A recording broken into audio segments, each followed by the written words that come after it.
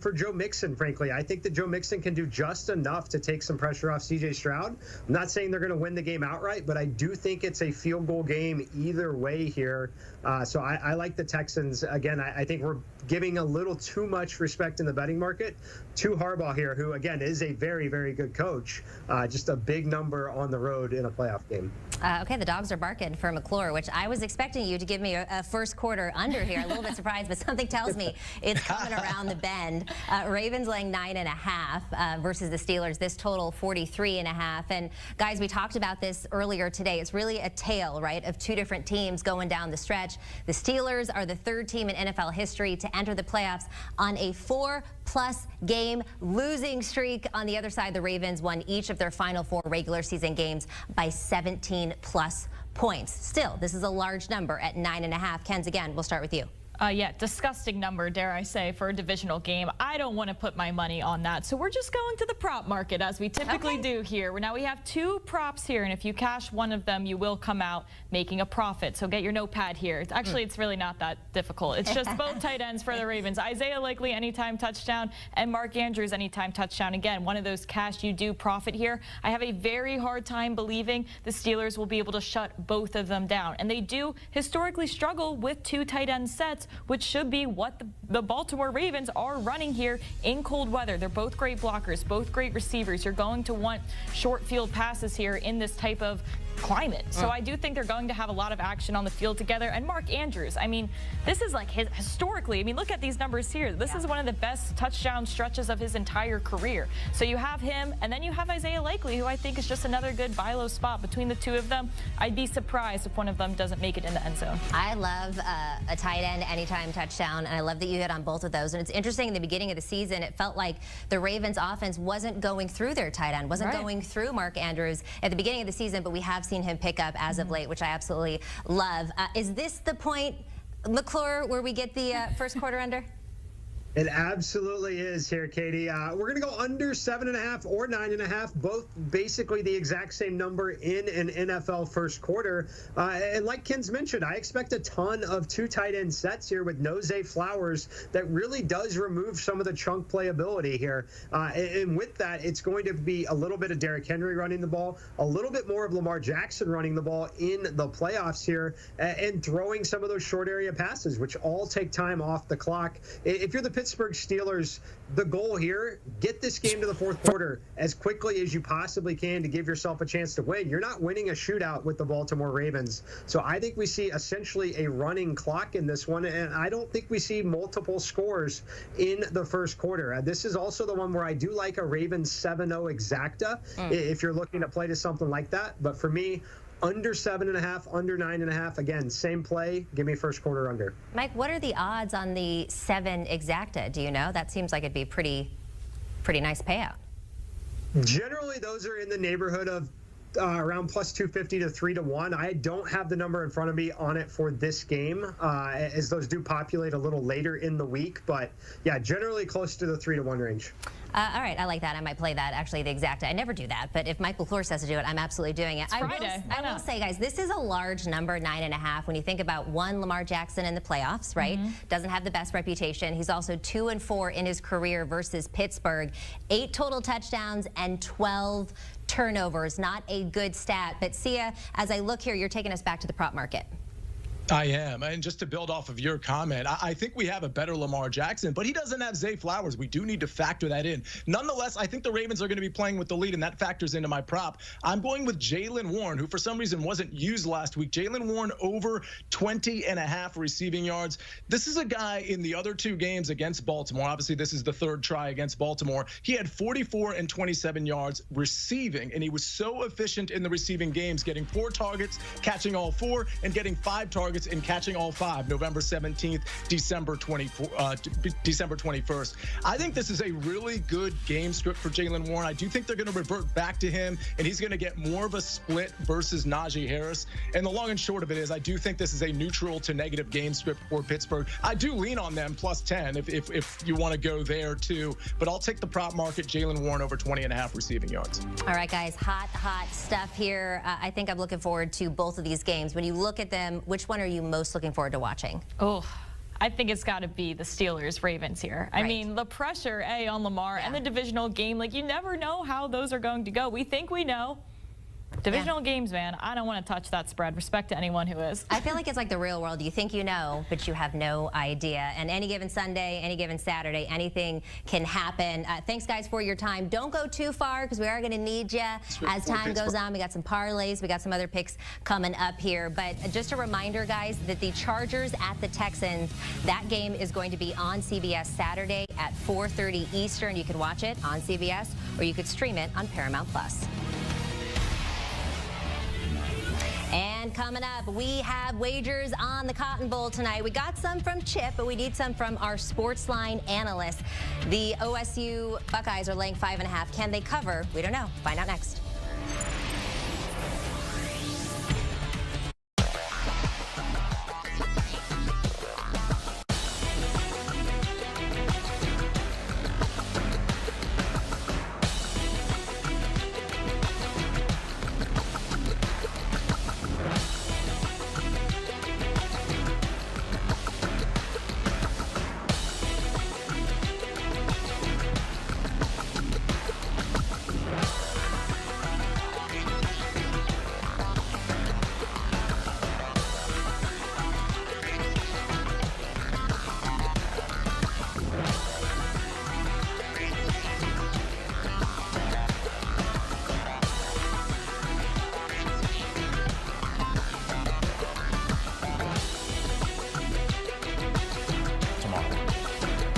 It's going to be a lot of emotions, a lot of good and a lot of bad, because, you know, these are guys that he has relationships with, and he's been open about it in the media. Like, he developed a lot of great relationships with those guys, the staff, the players. They welcomed him in with open arms. I mean, hell, Ryan Day offered him with an 8th grader, so there's a lot of familiarity. But the good part about that is there's no better feeling than beating up on some of your buddies, some guys that you played with at one point, and, you know, your paths go in different directions. Everybody's story goes different ways, but having an opportunity to face some old friends and an opportunity to play for a national championship, I'm sure he would want nothing more than to send the Ohio State Buckeyes back to Columbus while he prepares for a national championship matchup. Jack Sawyer was his roommate, and he's been asked about this week, and he said all the right things, that he learned a lot there, and especially from Ryan Day and that quarterback's room with C.J. Stroud. On the other side of things, you have a guy in Will Howard who's trying to exercise some demons. He's playing his nemesis, really, because while he was at Kansas State, played Texas 3 times, lost all 3 of those games, and that is not lost on him going into his final matchup. Take a listen. For me personally, that was the only team I didn't beat when I was in the Big 12. So yeah, there's definitely a, you know, personally for me, a little extra motivation there because, you know, I never got the chance to beat these guys. Played them 4 years. You know, and they're always a good team, you know, but I don't think none of those games were unwinnable. You know, last year we lost in overtime, and yeah, so definitely excited to get another chance at these guys. So there's extra motivation there, Damian, but I guess you could say there's also ghosts. How do you balance the past with the present? Well, the important thing for Will Howard is to not be overcome by his emotions and trying to fight those demons against beating Texas when he hasn't before. The ultimate motivation should be winning a national championship and winning this game and advancing for that opportunity. So this is my unsolicited advice to Will Howard, and nobody asked me, but as a ball knower and somebody who's been in this position before, all I would say is don't go out there and try to be Superman. Just play within yourself, play within the system, play like you have the last 8 quarters of football with the main objective of winning a national championship. This game is not about Will Howard versus Texas. It's about Ohio State versus Texas, and Ohio State trying to advance to a national championship. So just harness that emotion. We know Will Howard is a guy that wears his emotions on his sleeve. We've seen him make comments about Penn State in the past, and now obviously with this matchup against Texas. But just stay within yourself, stay within the system, stay within what Ryan Day has coached you to do that has led you to be so successful and gotten you to this point. And then once the game is over, once you win, if you win, then you enjoy the fact that you got your lick back on a team that has been an arch nemesis of yours for so long. And he has so much help around him. Obviously, all those playmakers on offense, but when you look at the defense, I mean, you could argue both of these defenses are better than the offensive side of the ball, which is not something that you... But we're going to go pink first here, or salmon, if you will. Hit us with your parlay. Thanks for acknowledging the salmon over pink. I appreciate the nuance there. So here's the thing. You said, Katie, I think it was when we were talking Chargers, Texans, Steelers, Ravens. You used the phrase, my dogs are barking. Well, my parlay is called My Dobbs Are Barking because it's Romeo Dobbs and it's Saquon Barkley and it's plus 333. Now, that's not as sexy as some of the bigger numbers here, but here is the actual parlay. We got Saquon Barkley over 12.5 receiving yards, Saquon Barkley anytime touchdown, and Romeo Dobbs over 3.5 receptions. Long story short here is I do think Saquon Barkley is going to be leaned on in the running game, of course, but also the passing game. His receptions prop is 1.5, and it's juiced way to the over. If he gets 2 receptions, he is sailing past this 12.5. And as far as the anytime touchdown, yeah, I understand Jalen Hurts can steal some touchdowns, but this is probably a game we're going to lean on Saquon Barkley a little bit more than we normally do inside the 5, inside the 10. And then finally, Romeo Dobbs. Without Christian Watson, I think Romeo Dobbs is the most reliable target for the Packers. Certainly Dontavian Wicks, one of those guys, maybe Jaden Reed, Tucker Kraft, but Dobbs is the guy that I think is going to be leaned on in 3rd and short and in the red zone. If you want to add an anytime touchdown and make this super sexy, feel free to do that. But give me Romeo Dobbs and Saquon Barkley for a plus 333 same game parlay. My Dobbs are barking. I like that a lot. Plus 333. Plus, I like that picture of you. You've never looked like a lawyer more than in that picture on your parlay, which is exactly what we want. We have a winning parlay. Kent, what do you got for us? I have a few correlated plays with my boy Sia over there, which is very exciting here. So maybe you can put all 6 together if you're really feeling frisky here today. Let's go. I do like Saquon Barkley. Now, this is an alt line, over 100 rushing and receiving yards combined. I do think the volume will certainly be there for him on the ground, but as Sia mentioned, I think he can be a receiving threat as well. I don't think we'll see as many design runs for Jalen Hurts. Again, just adding to that volume and that workhorse mentality for Saquon Barkley. Then we go to either Jalen Hurts or Josh Jacobs. You can find this on FanDuel, a lot of either or touchdown scores. So I like one of them to get in the end zone for obvious reasons. You can get your tush push. You can get really anything 1st and goal. There you're going to get your Josh Jacobs touchdown as well. And then this one, I know. Let me convince you into this one. You know, I love my immobile quarterback rushing props when they're 1.5, 3.5, 5.5. Listen. Christian Watson's not here. When Jordan Love escapes that pocket, there is no open deep threat for him. This is going to be him against the interior pressure that this Eagles pass rush is going to be giving him. I think we see him scramble at least once this game. Look, respectable odds here too, Ken's at plus 241. I feel like you're playing it a little bit safe. I know, this is very mature for me. Yeah, very, very mature. But then you also have the immobile quarterback odds in there. Both of you heavy on Saquon Barkley, which I do really like, especially with the injuries or the concussion rather, to Jordan Love here. And he's rested, so you got to think he's going to come out there and kill this one. Real quick, though, you guys both are on this Packers and Eagles game. Do you have a play that you like on the side or total? Just quickly. It doesn't have to be analysis. I'm just going to go with the homer play here. Let's go. I do think the Eagles can win this. Look, at first I was worried, but when you start to see Jordan Love can't feel his hand and Jair Alexander's out and Christian Watson's not there, there's no deep ball threat. The Eagles are playing their best football right now. Yeah. And I'm happy with that, and the Packers are not. I rest my case. I'm with you on that one. I liked it when the line was 4.5. It's at 5 at some books. If you can get it at 4.5, I like it better. Sia, you got a side or total on this one?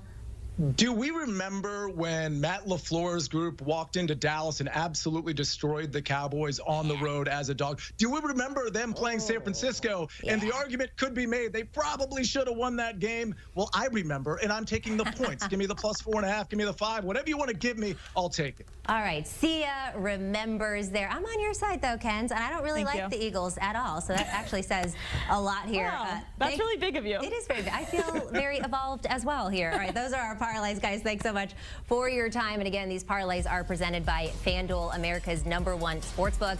Make every moment more. Football fans, buckle up, because for the first time ever, FanDuel is giving all customers a no-sweat same-game parlay for 5 straight days of playoff football. Plus, new FanDuel customers can get $200 in bonus bets guaranteed on your first $5 bet.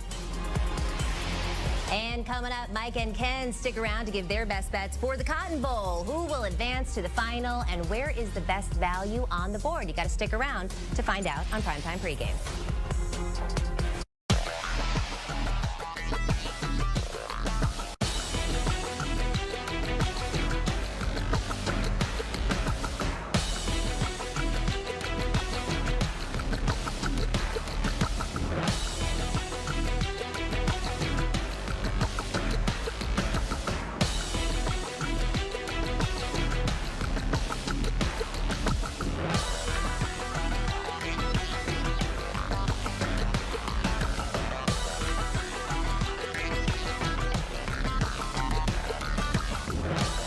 right away.